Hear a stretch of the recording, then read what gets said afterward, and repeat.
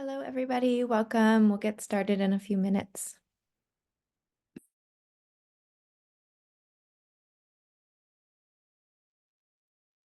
Good afternoon. How are you? Hey, good afternoon, Anthony. Doing well. Good.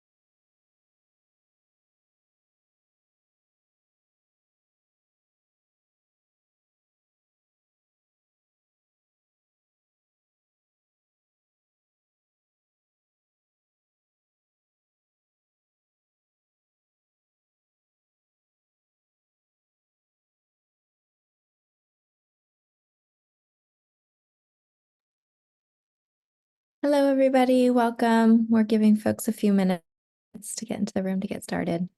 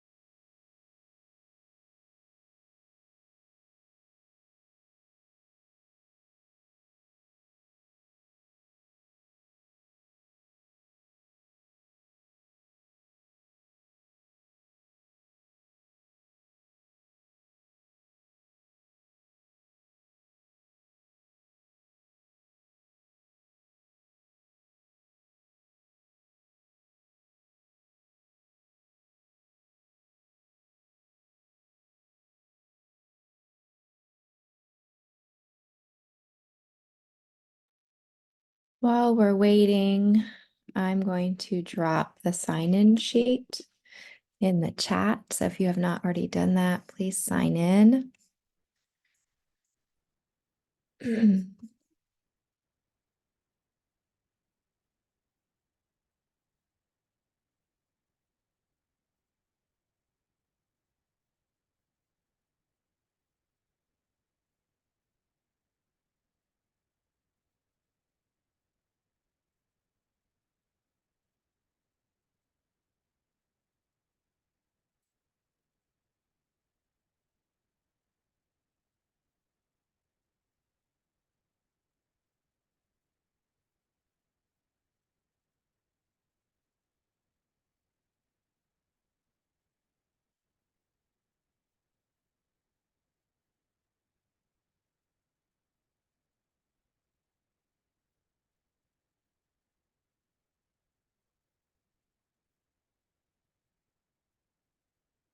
All right, I'm going to get us started and hopefully we'll meet quorum by the time oh, there we go. I got a message. We met quorum. Wonderful. Welcome, everybody. I'm Eliza Matthew, the chair of HSAC. I'm calling this meeting to order at 3:03. This is the May 22nd, 2024 HSAC meeting. Just a little bit of housekeeping at the beginning of our meeting. I'm dropping again in the chat the sign-in form. Please fill that out for us. And some reminders, stay muted unless you're coming off mute to speak. For questions, you can raise your virtual hand and we'll call on you, or you can also put it in the chat and we'll have folks from community development monitoring the chat as well.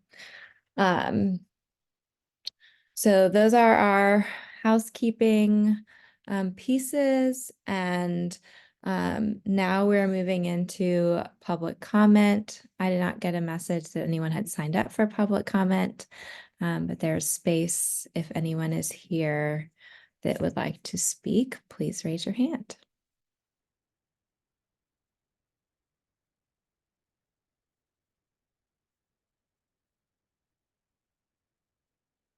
All right, we'll move on to our next item, which is the approval of minutes. This is a voting item. Y'all should have received minutes, the April minutes via email from our secretary, Russ Pierce. Yesterday, as well as this morning, there was some issues with the file in terms of opening it. So hopefully everybody was able to do that. Any edits or corrections to those minutes? We'll give folks a minute to review as well.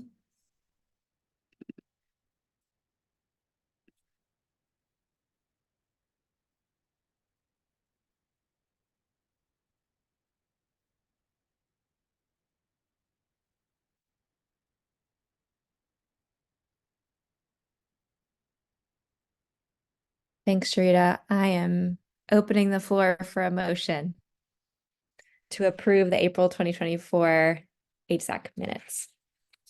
It's Sharita, I move. Second by Angela Holmes. Thank you. All in favor indicate yes in the chat, against indicate no, or abstain as needed.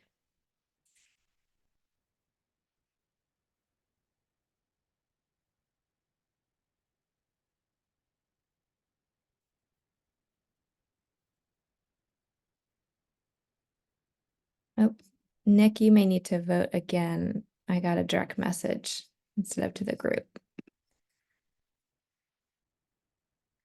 But our April minutes are approved. Thanks, everybody. So moving along, today we have our executive committee quarterly report. This will be fairly brief. One of the items that I'll briefly discuss is one of the things that we'll discuss together at the end of the agenda. So highlighting two things. As exec team, we've just been discussing creating and tweaking some proposed changes to the HSAC governance charter.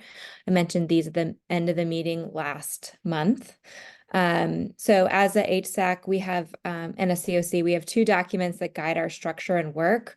One being the COC governance charter, which members have purview over proposing changes and implementing them through passing a vote. The second is an interlocal agreement. Any changes to that interlocal agreement must go through both of our elected bodies, city council and county commissioners. We'll share more and have time to discuss some of these proposed changes that are coming to you from exec team during the last item. And if you're looking for these documents that I've mentioned, the COC governance charter and the ILA, they're available on the Durham COC website. I had a little bit trouble when I went looking for them today, and I found that if I Googled HSAC, it was only about HSAC. So if you're going to Google and you're Googling, look for Durham COC, and on that bigger main page, you'll find a policies, procedures, and standards tab. And that's where the current ILA and current governance charter land. So if those are documents that you're interested in learning more about, that's where they are. Also, our exec team recognizes that the end of the year is fast approaching. And we've been discussing transitions and opportunities for members to grow in leadership positions in HSAC. So if you have any interest or would like to learn more about these opportunities, whether you're interested in being a part of exec team or some leadership opportunities within our standing committees, please feel free to reach out to Colin and I. I will drop my email in the chat. Just a reminder that these leadership opportunities are for HSAC members. So we have our COC members and we also have our HSAC voting members. So just a reminder that you would have to be an HSAC member to fill those leadership roles. And that's the two big highlights I wanted to offer for everybody. So any questions before we move along?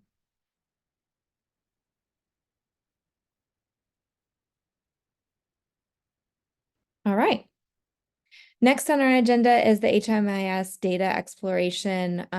This was the item that Lloyd started for us last month. Oh, I'm sorry. I'm getting ahead of us. This is different. This is exploring potential alternatives for HMIS with new vendors. And this is informational only coming from Colin. So Colin, I'll pass it off to you. Thank you, Madam Chair. In terms of updates for HMIS new vendors, there's really nothing to update on it. It's still a work in progress and very, very, very early stages. It's just looking at, is there a better system out there? A lot of more questions than answers at this point, and no definitive decisions on changing vendors or doing something different. We've also, sort of in the same vein, started having some discussions about whether or not there's a way to get a data warehouse where we would be able to work with the Durham HMIS implementation, the Orange HMIS implementation, perhaps the Wake implementation, perhaps balance of state implementation, and be able to extract data from those three HMIS systems and be able to aggregate it and pull it into another system where we would be able to sort of get some actual data that would do a little bit more deduplicating on a regional or COC by COC level, since we know homelessness is transient and people move just like anybody else moves. People move to resources.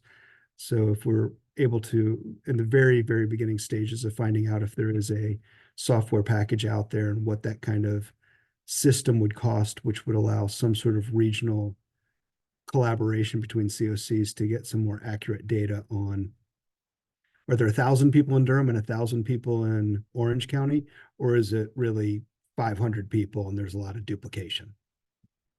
So that's kind of where we are on HMIS implementations and data warehousing at this point. So more to come as we work through the exploratory process. Questions? Yes, Russ.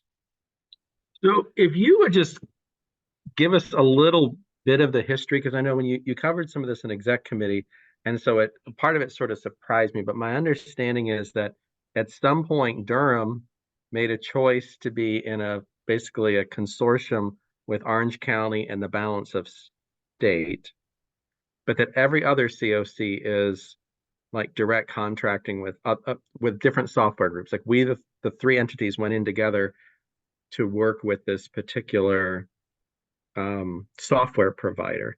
So I guess if you could walk through that, correct me if I'm wrong, if that's the situation.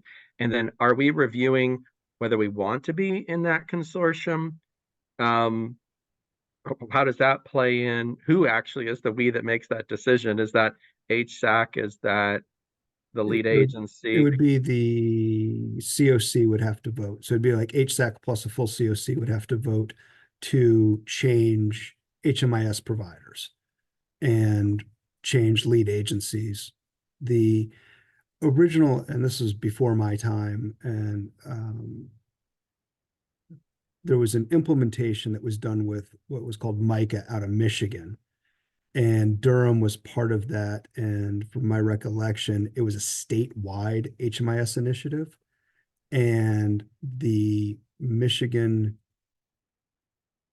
consortium group that we were part of that ran through North Carolina wasn't serving Durham, balance of state, Orange the way they wanted to, and broke out and have our own implementation with, I don't know if it's with the same software vendor as MICA. I don't know who MICA used, but it became its own HMIS implementation. Wake County recently migrated to a new HMIS software vendor. So they just went through a recent data shift. We went through a data shift when we exited the MICA system and came to the local system that the North Carolina Coalition to End Homelessness is now the HMIS lead agency. And they hold the contract with WellSky, who operates the current HMIS database itself. And NCCH provides the training, the negotiations, the payments on our COC's behalf, and deals with all the technical headaches with WellSky, the vendor, on our behalf, and then work with us to ensure we have the technical assistance to use the database correctly. So this would be looking at, would we want to get rid of WellSky is the first question. That would be looking for a new database That would be saying we're no longer going to use the current HMIS software. We would be looking at a new database. If a new database were to be found that, provided better service or had more bells and whistles or was easier to use, a vote would have to happen. There would be a migration of data from one database to another, and none of this is a fast process.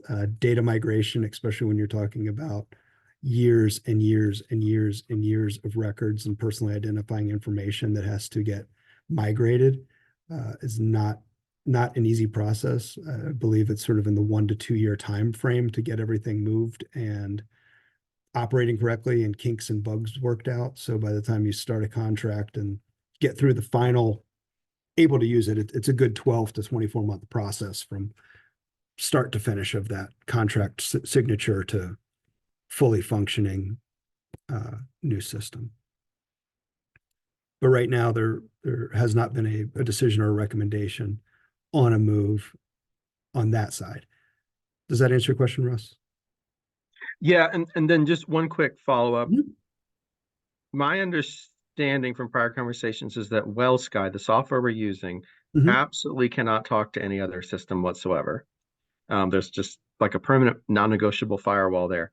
But that other softwares potentially do have the ability to talk to other systems in terms of our being able to monitor, for example, folks who are frequently utilizing homeless system, frequently utilizing different parts of the emergency system, using the health system. So Is that correct? And is that in discussion? that's part of it. I think there's two pieces to that. So WellSky has proprietary software, and they will not allow like a developer license. So I can't go build a database and be able to take my database and have it talk directly to the WellSky database. WellSky has that firewall and those things built in place due to the huge amount of personally identifying information that is in that database: names, addresses, race, sexual orientation, HIV status, social security. I mean, there's everything you could ever need or want in that system that was required. So WellSky has sort of said no developers can come in. In terms of other HMIS, I don't know if they allow developer licenses. They may or they may not. There is a way for databases to talk to each other, and that's where that data warehouse that I talked about briefly earlier comes into play.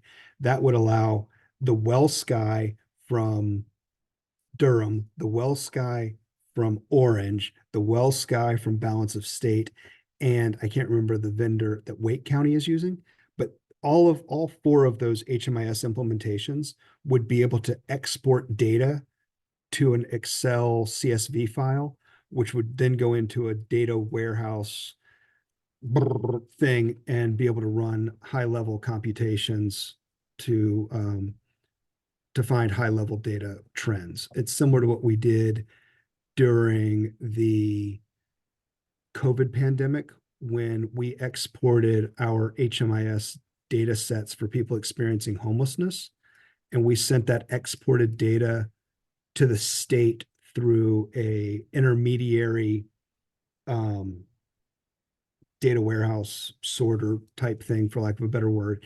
And the Department of Health exported their data of people who had received vaccinations for COVID, and they were able to tell us, oh, 30% of the people in your database have received COVID vaccinations.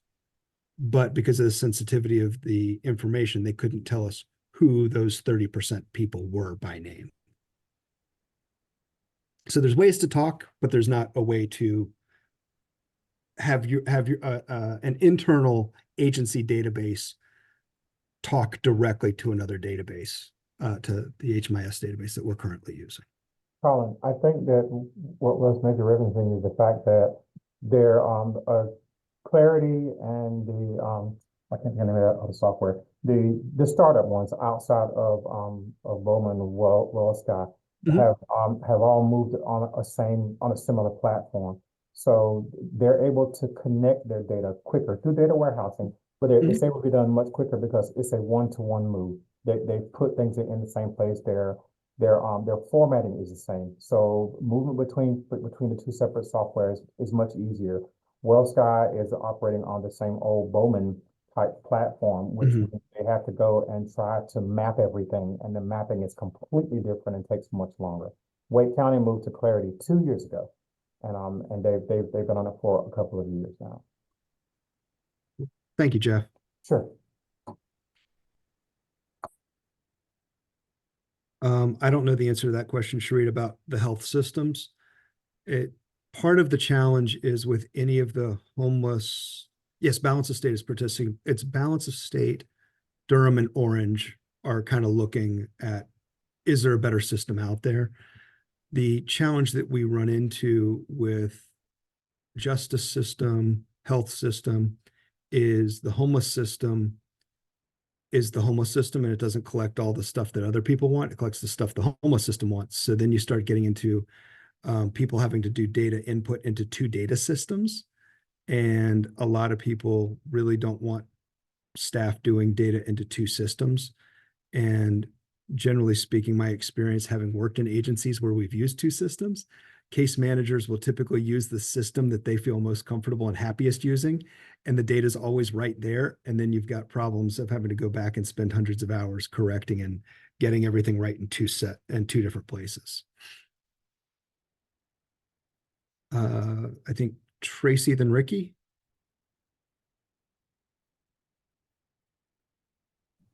Hey there. I know Jeff mentioned Clarion, this Wake County is using. The other system that other communities are using that's comparable, I think, is Neighborly. Does the city of Raleigh or city of Durham rather use Neighborly in any aspects of their community development projects? We've used Neighborly for RFPs for contracts, but not for homeless management information data systems, because HUD prescribes that there's certain data standards and data quality and things that need to happen in that database. And it's not, I don't want to say it's not an easy process, but it's a cumbersome and expensive process to build a database that's compliant with HUD's requests. And HUD changes data standards on a fairly regular basis. So it's Yes. once you build it, you're constantly updating. For example, Durham Crisis Response Center was working with somebody to create a custom database for them. And they were looking at what it would take to build it to be compliant with HUD's regulations. And they're like, we can do it. It's just going to be incredibly expensive to maintain it. So the only way it would work was if DCRC was going to buy it, and multiple other victim services providers around the area would be buying it and spread the cost over multiple folks. Yeah, So- I'm sure. Yeah, between security of data and cost for not only utilization but end user utilization is Mhm. usually some of the issues in terms of being able to shift from one system to the other. So thank you. You got it. Ricky, then Commissioner Carter. Hey, Colin, thank you. This is kind of piggybacking off of Tracy's comment a little bit. So if Durham decided, you know what, we want to try something else, another vendor, would we have to get buy-in from Orange and the balance of state to be able to do that because of the cost of trying to have another system to manage our homelessness data? And then a follow-up before I forget is one thing that CEH provides for us is that lead agency oversight of the system. They do all of our PIT-HIC reports, our SPMs that have to go in. I'm so sorry for the alphabet soup that I'm spitting out right now. But if we went with another system, would Durham then be responsible for all of those reports that have to be submitted to HUD? So your question in the second part is part of the answer to the first part. So Durham could elect to say, you know what, we want to go for a different system. Mhm. And if Orange and Balance of State said, no, we really don't want to, NCCH, who's our current lead agency, could say, okay, well, we're willing to stay on as the HMIS lead administrator, and we will do a separate contract over here with this other vendor and make sure that the NCCH data staff are trained to work in two systems, which gets a little wonky and confusing. Or more likely than not, probably the cleaner way, if that were to happen, would be the Durham COC would probably exit the NCCH collaborative and enter into a contract with its own vendor And to your point, Ricky, yes, we would have to find a new person to be the HMIS lead administrator or bring that in-house and add it to the homeless team, for instance, which would mean hiring a significant number of staff. And the reason we use NCCH as our HMIS lead administrator is it's way more cost effective. It is way, way more cost effective to have the data center at NCCH that is able to help and support technical assistance questions and help do that. We pay a total bill of under $150,000 a year for that services. And some of that comes from our 55,000-ish comes from HUD COC grant. And the balance comes from funds from the city so that the nonprofits don't have to do it. If we were to bring that in-house, we would need at least, I don't even want to put it, I would have to do some numbers and figure out how many staff you need. Other places that have it in-house have at least 2 to 5 full-time staff members. So you can do the math, 2 to full staff members at a city rate with significant database and IT background is not a small cost by any stretch of the imagination. No, totally get it. Thank you, Colin. You got it. Commissioner Carter. Yes, thanks. How can I better understand what the advantages or drawbacks are to either holding with the current system or changing to a new software system? I feel like we've talked around some of the possible benefits of changing, drawbacks to changing. But I don't feel like I have a good understanding of that, nor do I feel like I'm clear on what's driving the discussion in the first place, unless there is something that we're dissatisfied about and also a goal we're trying to achieve that we're unable to achieve.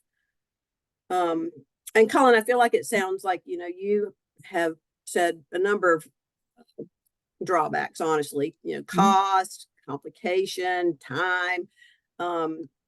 But I also know that there is this desire to be able to share data across systems. And it seems like with this current system, there's a real impediment to that. And so I don't know, just thinking about all that and trying to understand it better.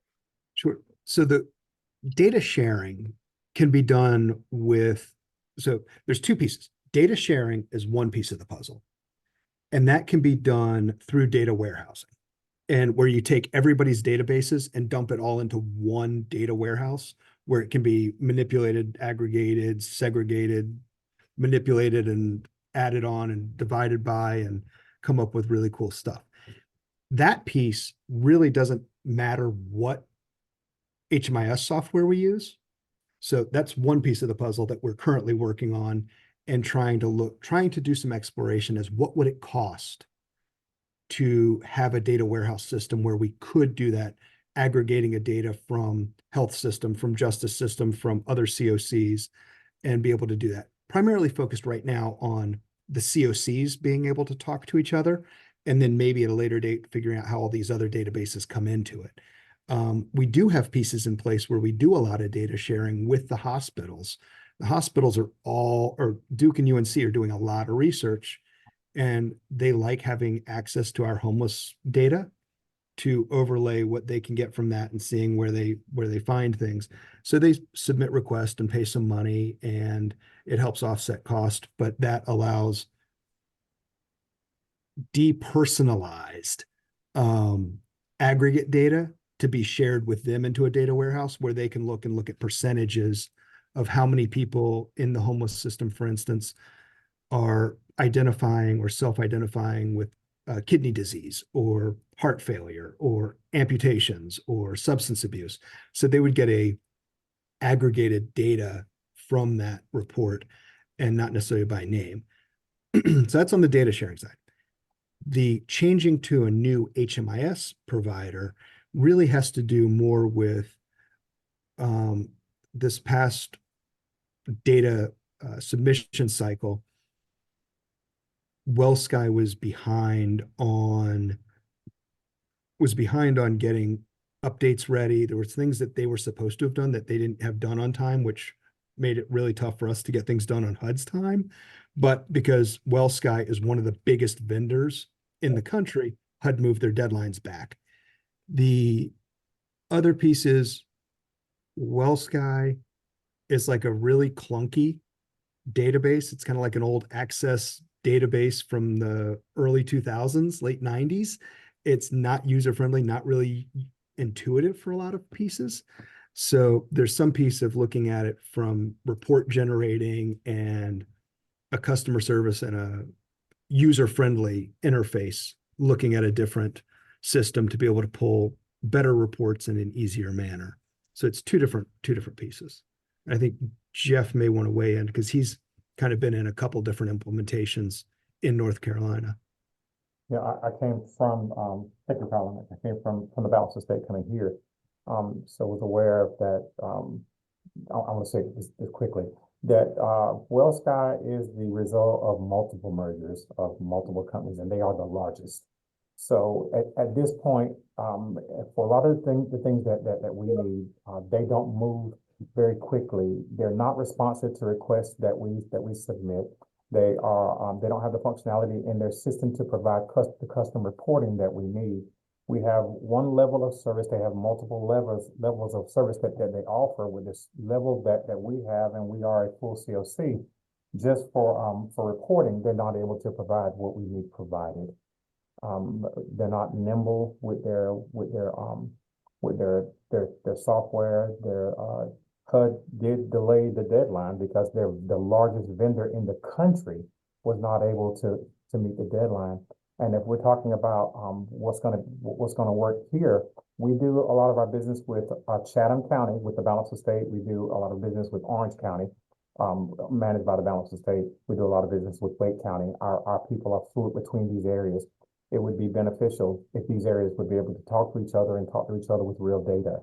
If someone is right now in Wake County, but also catching the bus and receiving services here, the only way for me to know that in coordinated entry is for me to call Wake County and ask them, or have NCCH call Wake County and they ask.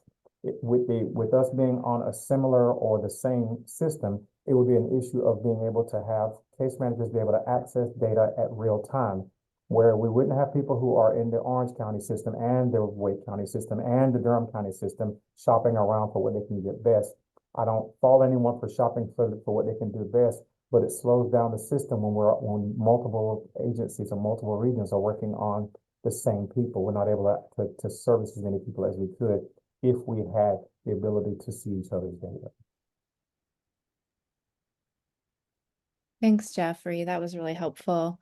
We need to get moving on time, but what I'm also hearing is this was really just an update on, hey, we're exploring.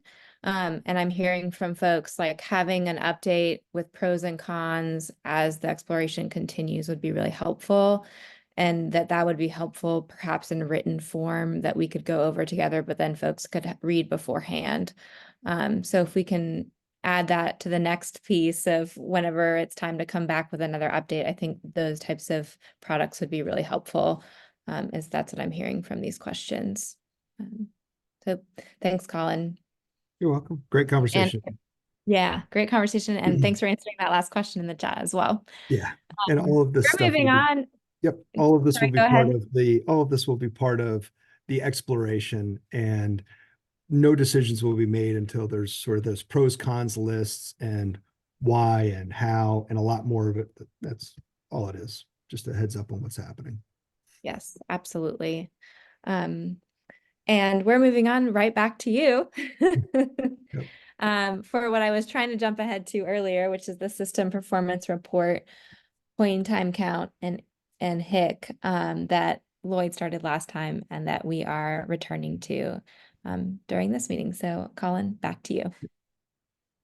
Thank you, Madam Chair. Let me see if I can go. There we go. Lloyd had covered the point in time count information in the last meeting and tried to zip through system performance measures before we finished last time. I tried to go back and simplify some of the system performance measures, and I took out some of the measures that really while HUD cares about them, they're really way down in the weeds and in the minutia of things like how many people increased their income, how many people increased were able to be employed. Those are important metrics, but I pulled this back to try and simplify and get us to a higher level of what are we really talking about? What is it that we as a homeless system are striving to do? And we as a homeless system are really in the business of ending homelessness. We're in the business of making homelessness rare, brief, and non-recurring. So I pulled out the system performance measures that sort of tie more to that rare, brief, and non-recurring to look at how are we doing really as a system over the last few years. Are we trending in a good way? Are we trending in a bad way? Are there things we need to be concerned about? So this is sort of a chance to sort of walk through it and trying to keep it as high level as possible. And I'm happy to take questions as I walk through it. So first, we're going to talk with length of time persons experience homelessness.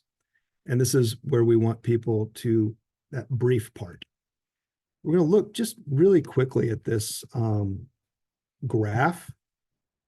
And if you come over to the far right side on 2023, this is our data that is reported to HUD for the year ending September 30th, 2023.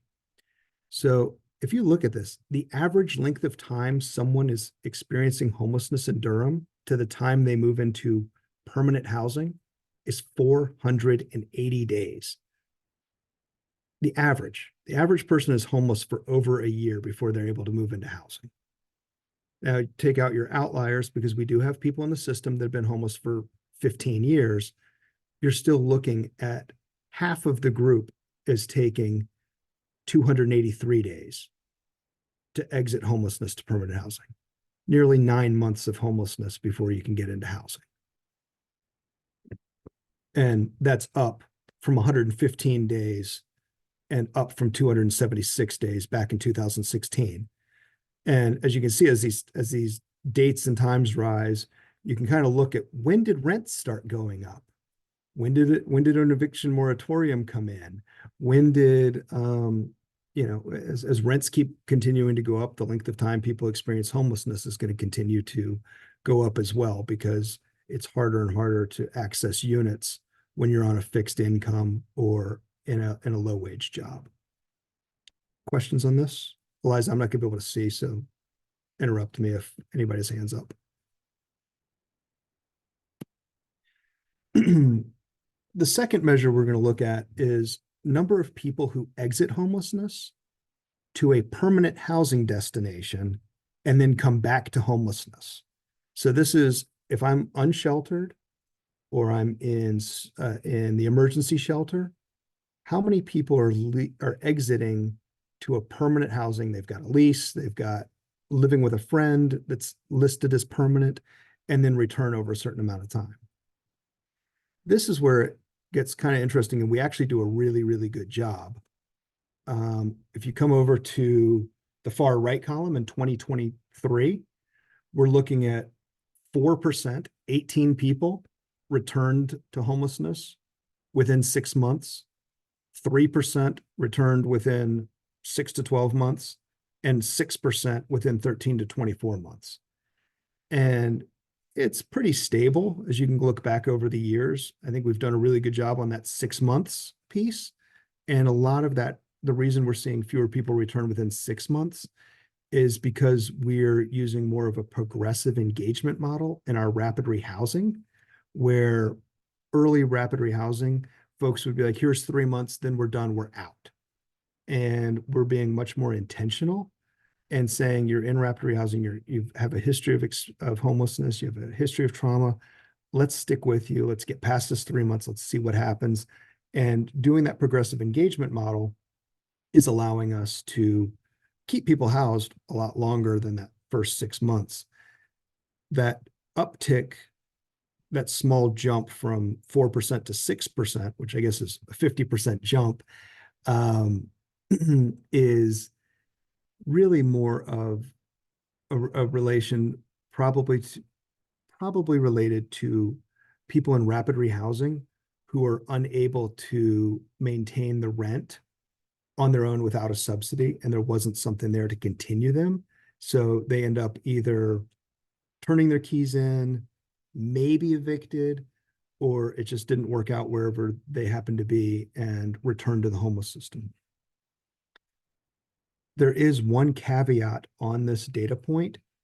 If somebody exits the Durham homeless system, moves into permanent housing in Durham, loses their housing, and then goes to Wake County and enters their homeless system, that person will not show up in our data.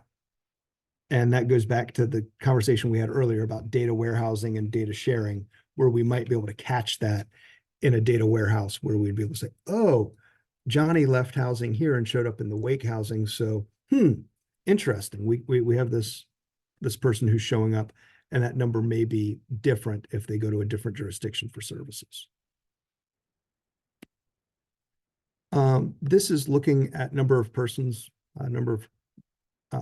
experiencing homelessness.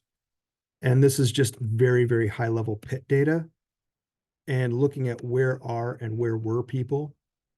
And if you come over here at the 2024 PIT, 405 people were experiencing homelessness on the night of our PIT count, which you can see we've been trending generally upward over the last 8 years, 9 years.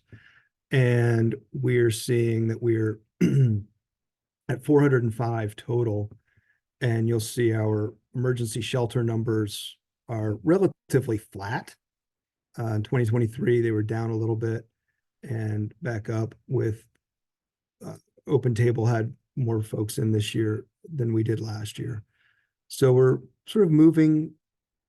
Yeah, the system's flat. We don't have any more shelter beds than we did before. We've taken some shelter beds offline. Urban Ministries has taken some beds offline to try and create a more positive experience, to try and encourage people to stay longer and reduce conflict between folks. We've got a lot of pieces in that puzzle.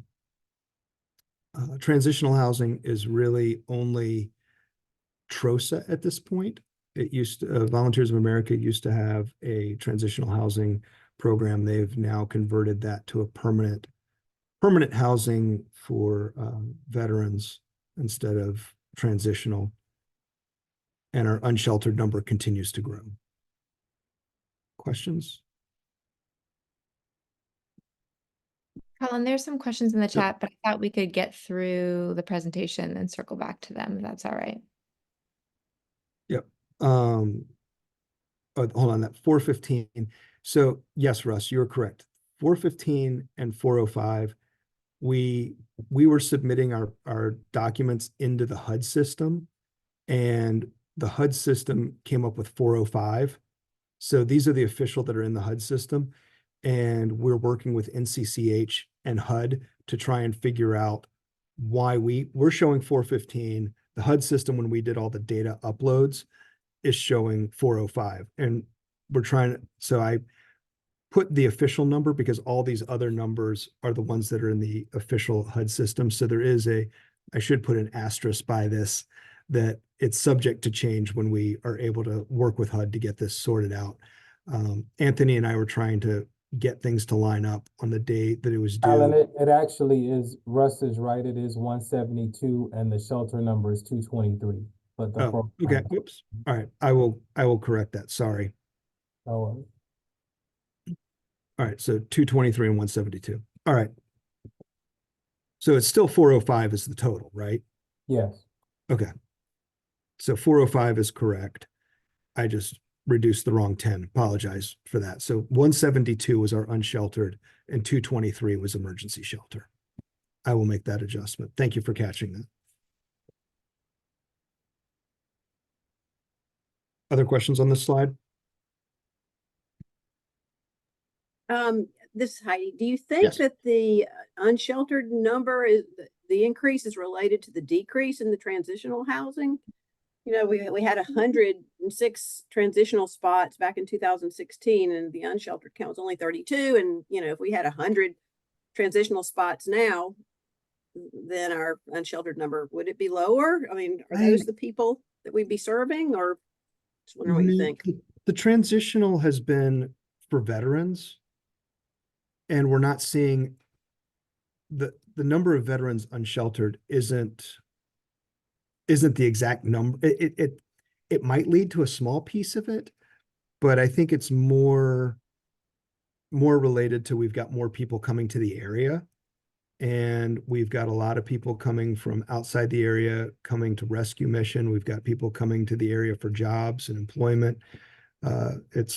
We've got people coming from out of state, out of country, looking for better opportunities in Durham. So it's kind of a mix of all of it. I don't think it's all transitional related.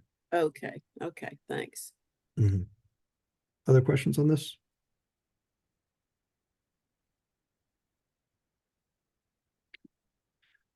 We're going to look really briefly on this in terms of numbers of people who are first-time homeless.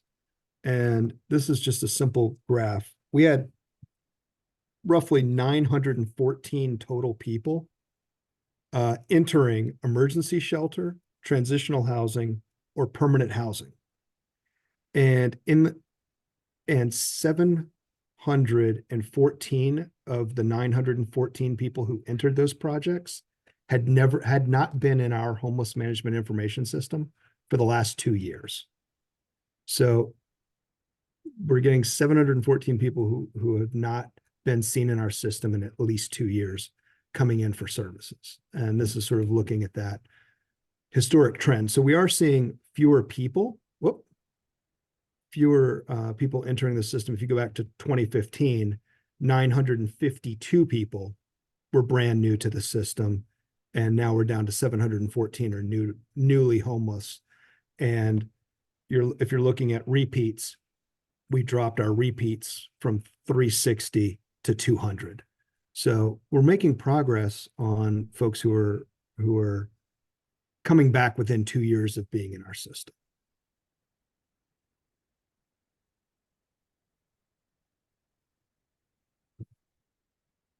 Questions on this? No. Okay. This is sort of looking at Measure 7, looking at placement of street outreach and other providers. So I tried to break this up. So if we're looking at exits to permanent housing, because really as a homeless system, we want people exiting to permanent housing. And our system performance measures break this up into street outreach, and then emergency shelter, transitional housing, and rapid rehousing get lumped together. And if you look over on the right in 2023, 23% of those exiting street outreach exited to permanent housing. 34% of people exiting emergency shelter, transitional housing, and rapid rehousing exited to permanent housing. Those are all way down from 2018. And people exiting rapid rehousing tend to have a 90 to 95% exit to permanent housing rate. So we're really seeing emergency shelter exits to permanent housing substantially lower, which is dragging the system performance down. And then on the flip side, street outreach often has folks referred to rapid rehousing who become a permanent housing exit. So there's pieces on both sides of that we're working and talking through to try and pull separate data sets and be able to report out on how is street outreach doing on this? How is emergency shelters providing on these so that we can provide a regular update to performance management policy and planning, or HSAC, on just sort of, hey, here's the quarterly reports of how are we doing in the system for this quarter of folks exiting each of these systems to try and get these numbers up. Jeff and Anthony and the team are really working hard to start some technical assistance, because these numbers are really not good. And granted, this is not all a shelter fault. We do have dynamics in our system at play, which make exits to permanent housing very, very difficult. We have a very, very successful eviction diversion program in Durham, which is spooking landlords to a degree to not wanting to take people who have high barriers or may possibly be an eviction, may possibly not make it and need to be evicted. That's creating some pressure on landlords to adjust their tenant selection criteria. In order to mitigate that, we do have a landlord engagement project in place, which is out trying to coax landlords into working with folks that they ordinarily have been saying no to working with. And we're just sort of, working our way through it slowly but surely and hoping to see some change in these. We're also seeing that back in 2018 might have been the last year where housing choice vouchers were kind of freely flowing, if you will, that they were easy to get. DHA has not been issuing housing choice vouchers for a while due to RAD conversions, budgets, and needing to relocate people between various public housing that are going through redevelopment. And we've been working diligently to lease up our emergency housing vouchers as much as we could. That was only a total of about 68 vouchers. Questions? Rosa, I see your hand. Can you hear me? Yes. Liz? Okay, my question is, I'm listening intently and excited about all this beautiful data, but I'm putting a face to because I'm out in the trenches and I see them.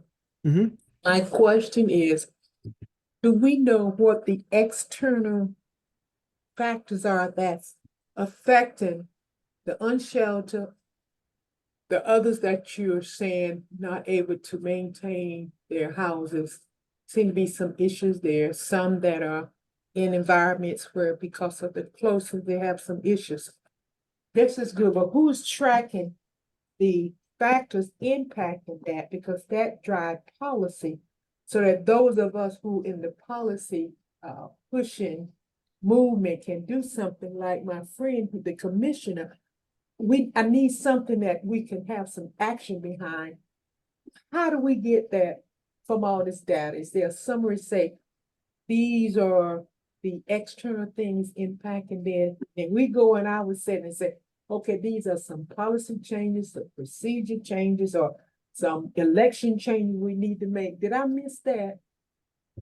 So the external factors, there's a lot of them, and there's a lot that we're unable to control, and a lot that even if the county and city elected officials wanted to do things differently, because of the governance, and we've talked about it briefly in HSAC before, North Carolina is a Dillon rule state. So even if the city council and county commissioners wanted to go put rent controls or set a new minimum wage for Durham that nobody could pay less than that, they would have to go get permission from the General Assembly. And the General Assembly would have to say, yep, Durham, you're allowed to do that. So there's a lot of pieces that, due to the politics and the way the North Carolina Constitution is set up, creates some challenges to being able to resolve on a policy manner. The information that we're hearing from those on the front lines and what we're seeing talking to the homeless service providers as well as the landlords is that rents are high, as you know, and if you're on a fixed Social Security disability income or SSI income of, let's round it to $1,000 a month, there are not many one-bedroom apartments or efficiencies that are $1,000 a month, much less than $1,000 a month. Because if your only income's $1,000 a month and you spend all of your money on your rent, you've got no money for food or your utility bills. So that's one piece, is the housing cost is out of reach. We've got another piece where landlords want to work with folks who are higher barrier.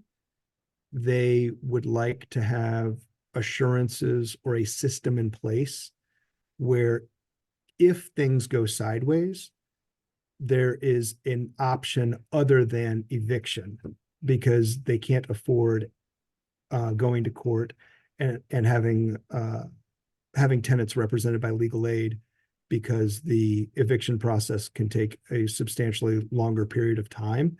And that goes into months and months of uncollected rent in many cases. We're also finding a growing number of people experiencing homelessness that are willing to go into housing, but when they're asked to put $5, 5 cents, $50, $500 towards the rent, they're like, here are my keys, I'm done, I'll go back to unsheltered homelessness, which you have absolutely have the right to do. You have the right to not pay rent, but you also aren't going to be able to stay in a housing unit without being able to pay the bills. So these are some of the external pieces at play right now that how do you fix it? It's, as I say, I've said it before and I'll say it again.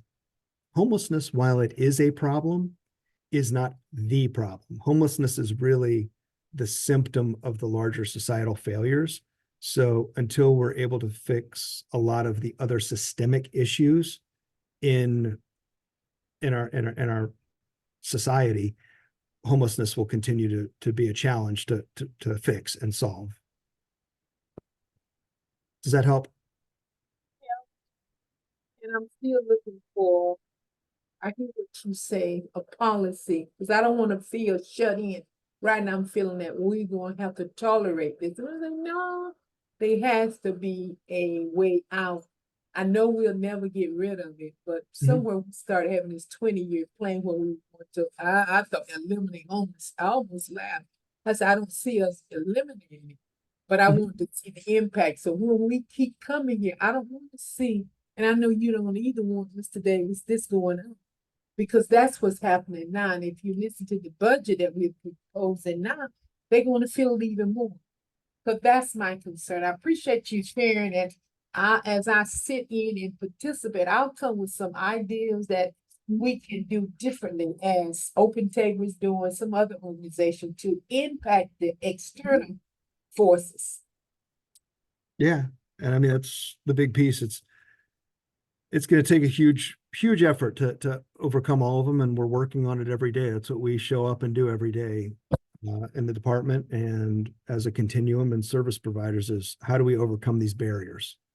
And, you know, we've got the landlord engagement to bring landlords back on. We've got supportive services in place. We're trying to increase the supportive services, trying to find creative solutions, trying to shift to a shared housing model.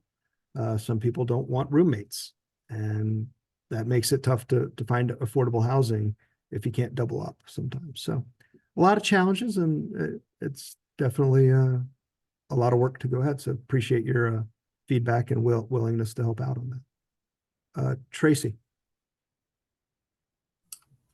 I think you've kind of hit on some of the things that probably at the core of this is complex. There's no one silver bullet answer or solution to homelessness.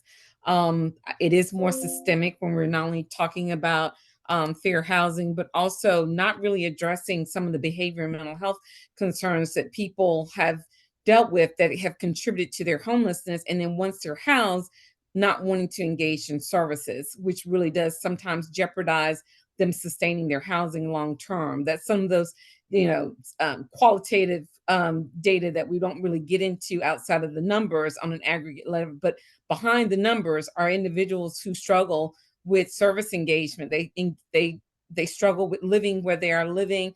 They also struggle with having meaningful relationships with landlords and tenants to be able to be successful in their overall housing. I don't think we can build our way out of this situation. It's always going to be with us in some level because we're not really addressing some of the societal ills that we're dealing with. But I know as a provider for permanent supportive housing, we really do struggle with individuals once they're housed being able to engage in services to address some of the very issues that contribute to their homelessness to begin with. And it becomes a struggle because it not only impacts their housing and us wanting to work with them and practicing a dignity of risk for them, giving them chance after chance, but it also jeopardizes their relationship with the landlord, with wanting to just do away with them and have to find another landlord and housing situation for them to be in. So it's much more complex. I think some of this the numbers and data we're sharing at the 50,000 level sheet really does give some context to it, but if we drill down to some of the qualitative information that we have among the providers, it's a lot of different things that are contributing to people not only moving through the housing continuum, but to also address chronic homelessness in general within our society. Absolutely. All right. So to sort of wrap up real quickly, takeaways, 80% of the folks entering the homeless system have not been homeless recently in the last 2 years. So that's good that we're not seeing a lot of people coming back. The bad news is we've got 80% of people entering the system as first-time homeless. So what do we do to stop 80% of the system from coming in the front door to begin with? And, you know, homeless prevention, what's leading to and what's causing this? That's the big unknown that we're trying to solve. Street outreach is doing a good job. Permanent housing stability is remaining high, with the recidivism rates down at that 3 to 6% range, which is good news. And number of people entering emergency shelter is continuing to go down. While we've got more people coming in, fewer people are entering those. So we're seeing more people being diverted. Returns to homelessness have gone up a little bit, but it's still below that 15% that it was years ago. And concerns, length of time people are experiencing homelessness prior to move-in is decreasing. It's still trending upwards, and that's concerning. We don't want people being homeless, experiencing homelessness for 9 months before they can get into housing.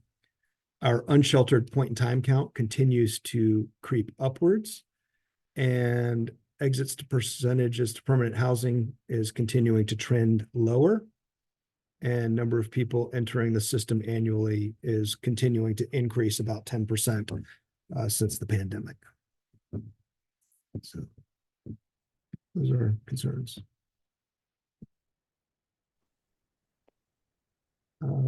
See, Renee's got a question.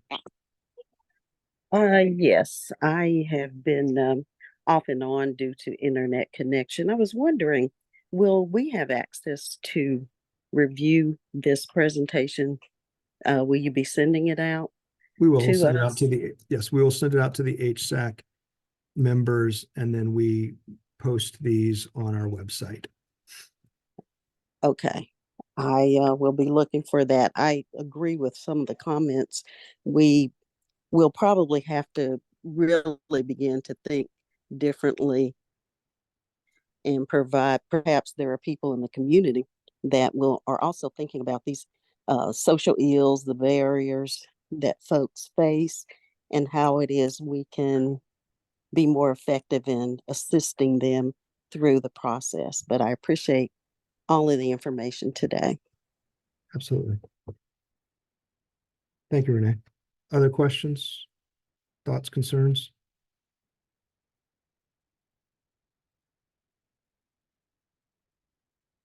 Not seeing anything, I will. Oh, Jeremy. This is, I guess my concern is, I'm a formerly homeless veteran, and my concern when I see these numbers is that I feel I know the count is so much higher, and I realize this might be a deeper than the presentation question, but has there any talk going on, people working on this in the city to get a PIT count that's more accurate? I feel like it's got to be at least 3 to 4 times the number. And I realize these veterans numbers, sometimes they shrink, but that doesn't mean the number of us that are homeless are not here in Durham. We're just different places. So I guess that's it. Is there like an acknowledgement that this count is probably very, I mean, there's sometimes I see the count and I could easily say it might be 10 times as high. I mean, there's a ton of people working in Harris Teeter that are homeless. You know what I'm saying? They're not getting counted in the PIT count. So that's kind of a concern or a comment, but also thank you for putting this all together. Yeah. So that's a great question, Jeremy. And yes, PIT counts are notoriously undercounted. And it's sort of, the pit count is who do we find on one particular day? And it's impossible to find everybody on one day. So that's why we go back and look at the system performance measures. And while that's not great either, because that only counts how many people got services, it doesn't count everybody who called in seeking services. So there isn't, generally speaking, you're right. Generally speaking, the general rule of thumb I've heard over the 25 years I've been doing this is if you take your pit count and you wanted to figure out how many people are experiencing homelessness over the course of a year in your jurisdiction, it's easily 3 to 4 times your pit count. That's the general rule of thumb that I've heard is take that pit count, multiply it by 3 or 4, and you're probably a lot closer to what the actual number is. And we are looking at how can we do it better? How can we track down, find better people? We've been engaging with the HEART team and police and sheriffs and street outreach and the LEAD group, which is a group made of folks who have a history of lived experience of homelessness, to try and find a way to get better data. And the only way we can do better is once we have better data, we can make better data-driven decisions. Jeff got his hand up. It's kind of partially in reference to what Jeremy said. I do want to make sure you understand that although PIT is what gets reported to HUD, it's not all that we use. We're able to get a better count because we can also look at coordinated entry, people who've entered the coordinated entry system. Oftentimes on the PIT count night, we know there are more people because we're in contact with them at other times. We may have been in contact with them the week before, and we know that they're homeless and may be unable to contact them on the week of the PIT or the week after the PIT, which means that after that point, we can't count them even though we know that they are. It does not mean that we're not still servicing and that we're not counting those numbers. It's just that that's not what we get to report to HUD. But there are other methods. We're going to be much more, our intention is to be much more aggressive in our examining the data, not just that PIT count, but we're going to start that now in the beginning of the fiscal year. We're going to make preparations. We're already in talks now to begin to look at a cumulative count in Valdosta State. We did it in Region 7. We did it every quarter. We're looking at what kind of things we can put in place, how we can engage the population more so that we are not popping up on PIT count saying, hi, I'm here to get your information and then disappearing for the rest of the year. Our goal is to engage now. When we show up, we will show up as a friend. We'll show up as somebody who's already who we already have a relationship. It won't be some stranger popping up with an app trying to get some data. We will already have engaged the population. And I'll say this because I've said it before. If you're meeting somebody for the first time on PIT count, then we have failed because you should have already been in contact. Unless someone has just gotten here, there should already be some contact. That is our goal this year, is to already have engaged prior to the PIT, so that PIT is just a reaffirmation of where you are on that night. So to Jeremy and the others, be encouraged. We are already beginning the process of making sure that our count is more accurate for PIT, but also that more importantly that we're able to service people that are in our system more effectively.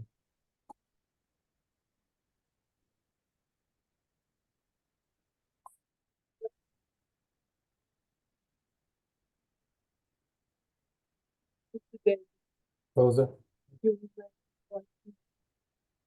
My question is, tell me about you said the street outreach was successful.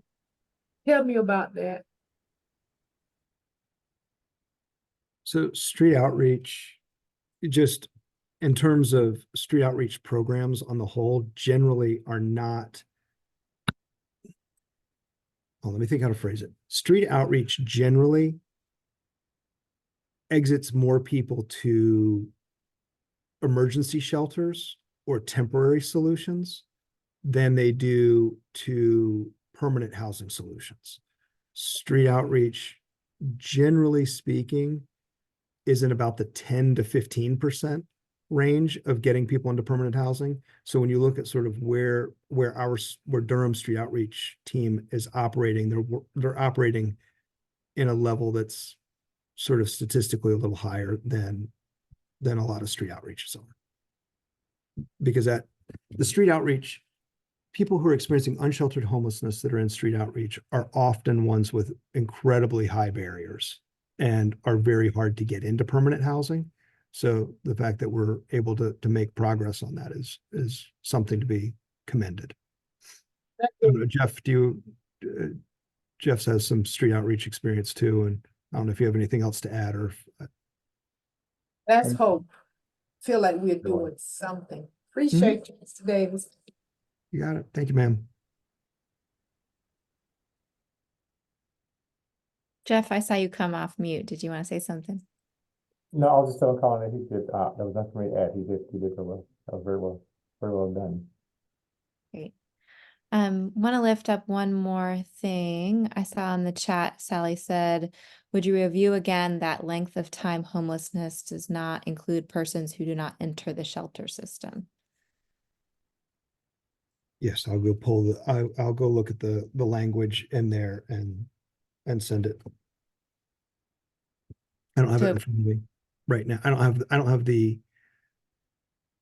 don't have the language from HUD's website. I'm looking it up, Colin. All right, Anthony can pull it up. All right, thanks, Anthony.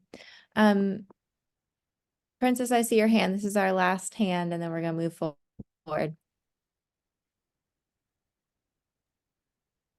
Hi, everyone. So I just wanted to make a comment on kind of how I feel as a smaller agency, how the system kind of is working against itself. I was filling out, working on a grant application for like the last 2 weeks. And when I went and pulled Durham's statistics on the current homeless population, I knew immediately as an agency that's taken part in Pitt that those numbers definitely were not correct.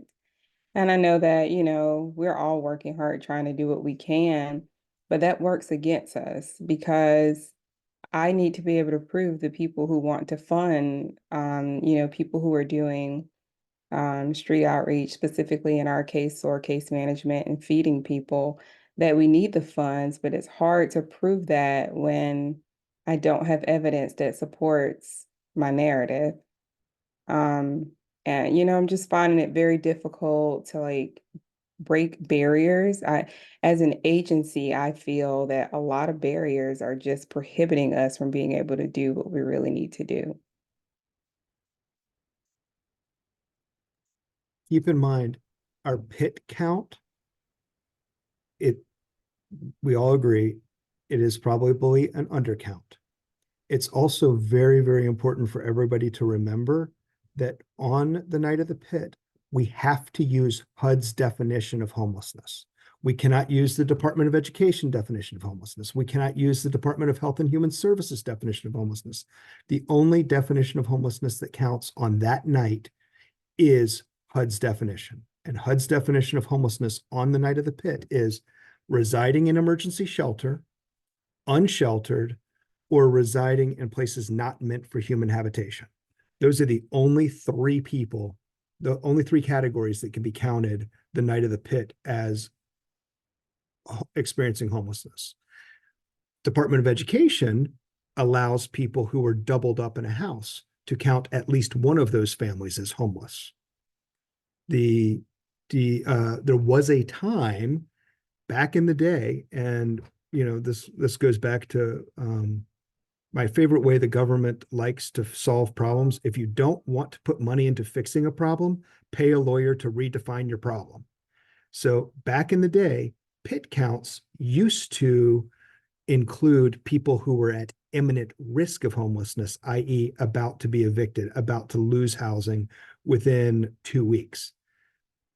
I don't remember what year it was, but it might have been 2007, 8, 9, somewhere in that time frame, where they said people at imminent risk of homelessness will not be counted. So if you go back and look at a line of homeless data, you'll see a big national drop in people experiencing homelessness because people two weeks from being homeless were no longer counted anymore. So the country, Congress, HUD, everybody got to throw up their hands and say, woohoo, we had a great decrease in homelessness. Little asterisk, we just didn't count people who used to be counted. But that's another piece of the puzzle that is in that to be aware of. Thanks, Colin. I'm also just curious about presentations like the one that you did today. How do we make that information more forward for folks to, We put them out on our website. yeah. They do I'm- get I posted think- there, and we get I it think- sent out to the HSAC. Sure. I think people hear most about pit count, right? So I think maybe there's a way to elevate in a visual, not in a link that's a download in the future that supports some of those other places beyond pit where we have data that could be helpful. Something to think about. I think that exec team can talk about that. Yeah, we'll definitely do some more data reporting on a more regular basis in these meetings. And a piece of that, we need to have some conversations with vendors because there's a lot of pieces to that puzzle. But yes, we do need to have some more data conversations and looking at successes and challenges and how do we come together as a community. Yep. Sharita, we got to move forward. Could you put it in the chat for us?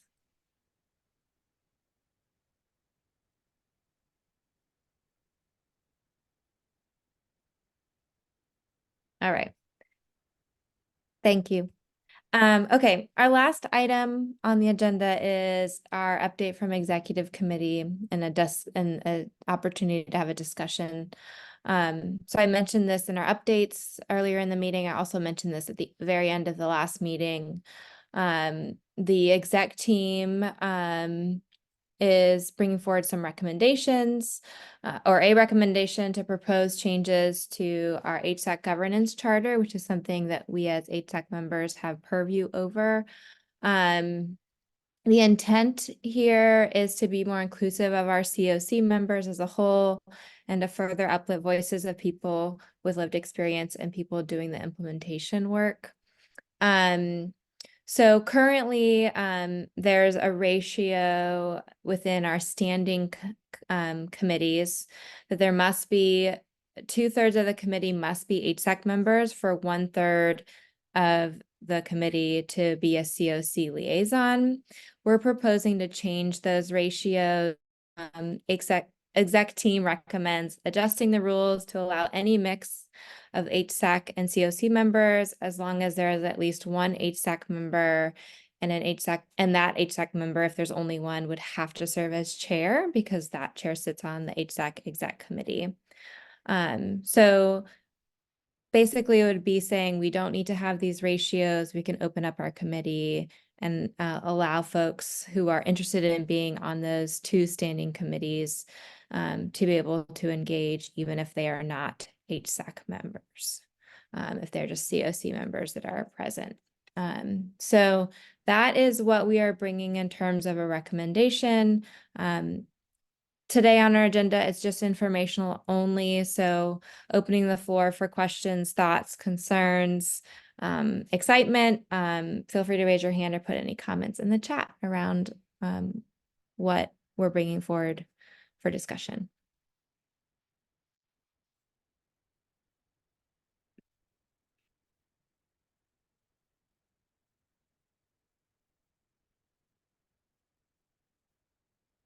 Sharita, I see your hand raised. Is it raised for this or raised for the previous item?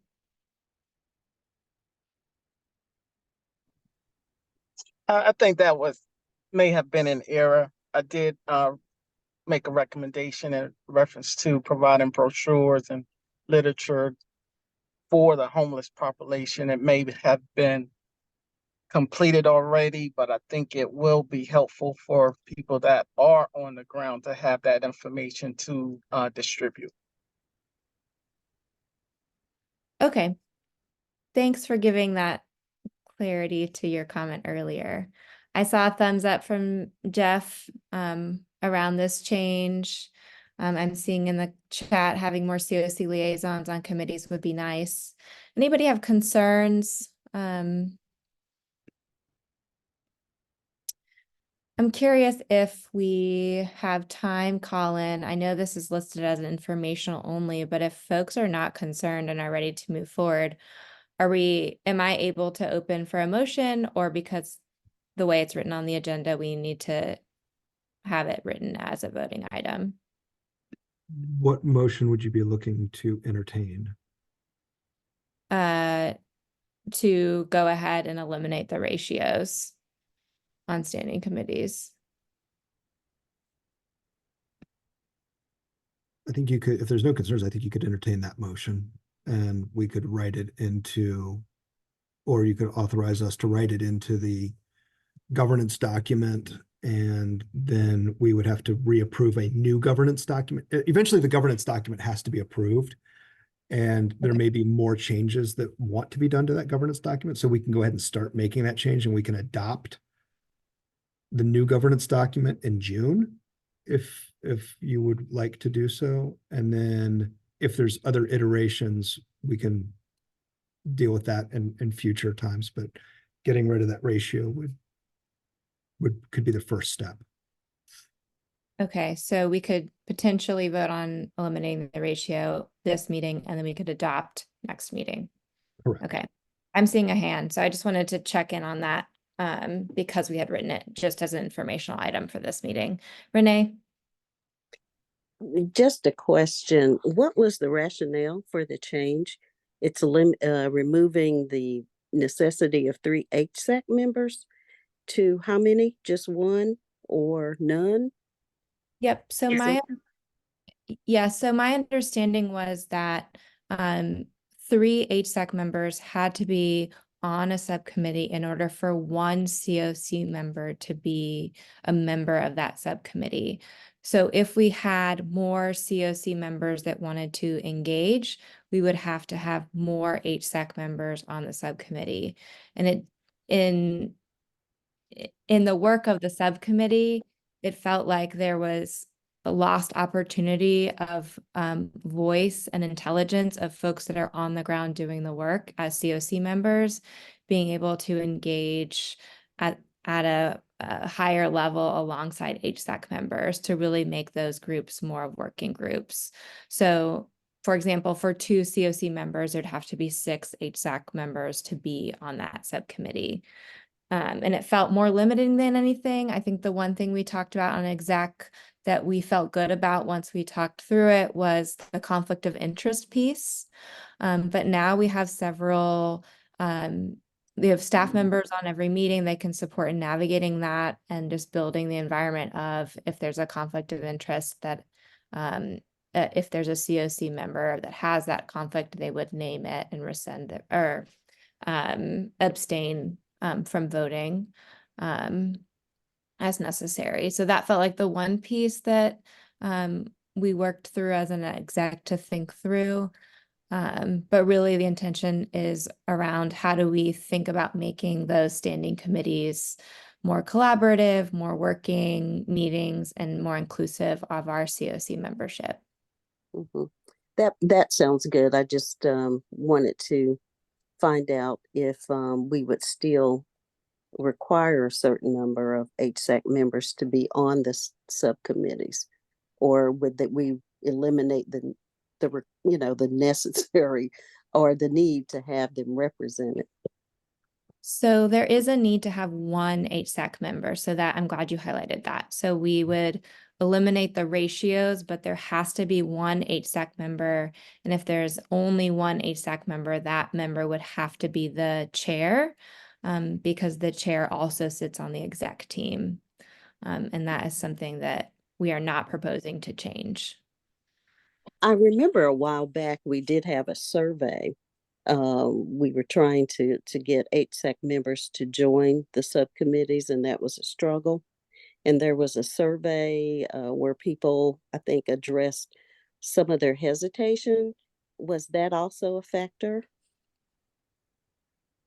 Not in this change, because this change is more around opening up engagement for COC members.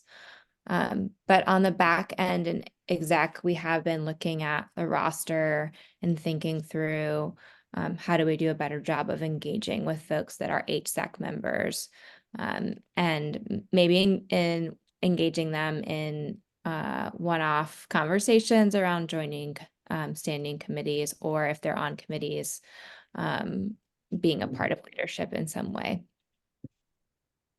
Okay, thank you.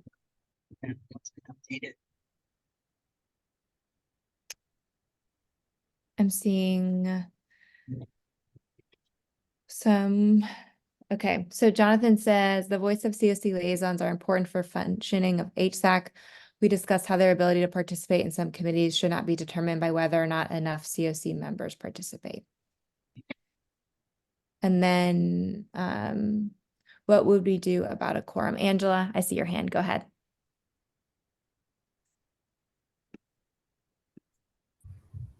My question is, what would we do about a quorum if we have to make a vote? Yeah, so I think what we're proposing is that COC members could request to be a part of the standing committee. And if you just show up to the meeting and you're not a part of the committee, you would not be counted in the quorum or the vote. So currently, if a COC member wants to be on a committee, they may get told no if the ratio is not met yet. So if there's only 5 HSAC members, there can only be 1 COC member. And then that person is not able to join who's a COC member. But if we were to change this, I think we would have to make sure that there's a function for people to request to be on the committee. And then once they've requested, they'd be expected to attend regularly. And I think where we could get into trouble with this is not meeting quorum if folks are saying they want to be a part of the committee but are not attending regularly. So there is some responsibility around if there is more voting responsibility for COC members during these standing committees, that they would be expected to attend regularly so that we could meet quorum and fulfill the functions of the standing committee. Does that sound right, Colin? And is there a process already that exists, or are we gonna have to create a new process for COC members that would be interested? We have a process in place for COC members to request to be on the committees, and then HSAC appoints them. We may want to go back and revisit that process and find a way. And we have not set a cap or a limit on the size of committees. I don't know if that's something that would also need to be done, but you know, a committee of 1,000 is an unmanageable size, but you know, a committee of 5 is too small for what we're trying to do. So right now it's tough to get by, and we're sort of in that 7 to 11 range, roughly. I know Russ had a question or something, I believe. No, I was just going to say, I think part of our sort of tidying up process, if we make this transition and into the new year, is just going back and making sure, because I know as one of the folks that sees the registrations for these meetings, there is a lot of confusion about who's an HSAC member, who's the COC representative from an agency, and then the COC liaisons, the committees are a whole different thing. And so, you know, I think probably are doing some intentional work to get those cleaned up and help people get clarity would be good, since there is a process. Yeah.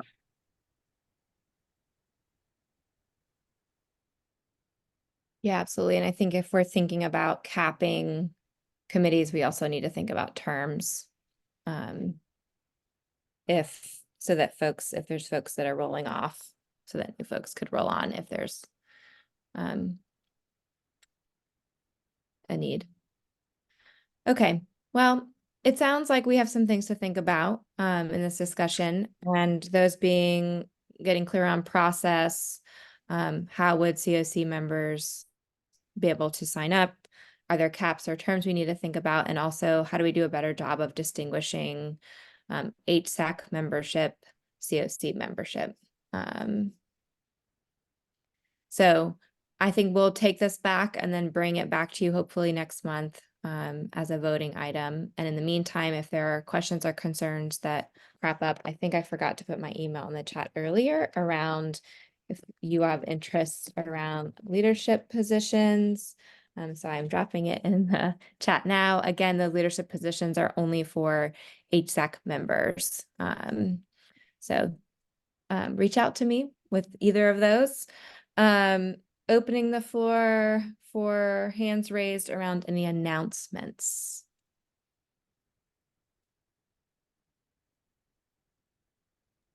I will just, Eliza, take a moment to say that we are getting membership interest letters out today and tomorrow to different groups.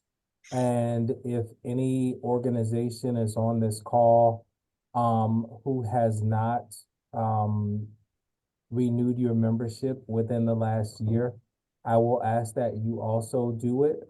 We are literally reconfiguring our COC membership process. And so it's going to be helpful for just everybody to rejoin, just so that we can bring all of the information into one strategic place. Our memberships are renewable annually, and you can renew as an organization, or you can join as an organization, corporate or nonprofit, and or individual if you're an individual. So also, in addition to you all joining, again, if there are others who should be a part of the COC but are not, please share the membership form with them. As a matter of fact, I'll stick it in this chat so that others will have the invitation to be able to join. So thank you so much. There's a quick question in the chat for you, Anthony. It does, Russ. It asks for who is the rep, and it also allows for, can you hear me? Okay, yes. And it also allows for any voting proxy that you might have. Great, thank you. That's coming right now in a second. Any other announcements? I want to make sure in the bottom of our agenda, there's an item that's in red that's around the county appointed HSAC seat. The county appointed seat for corporate private sector. The application closes on May 31st. So just want to highlight that for everybody that's coming up.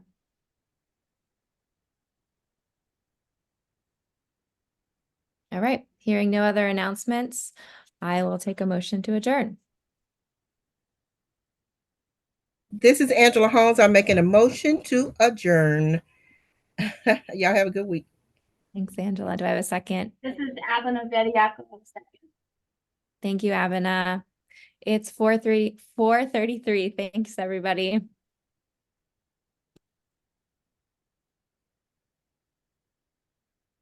Thank you.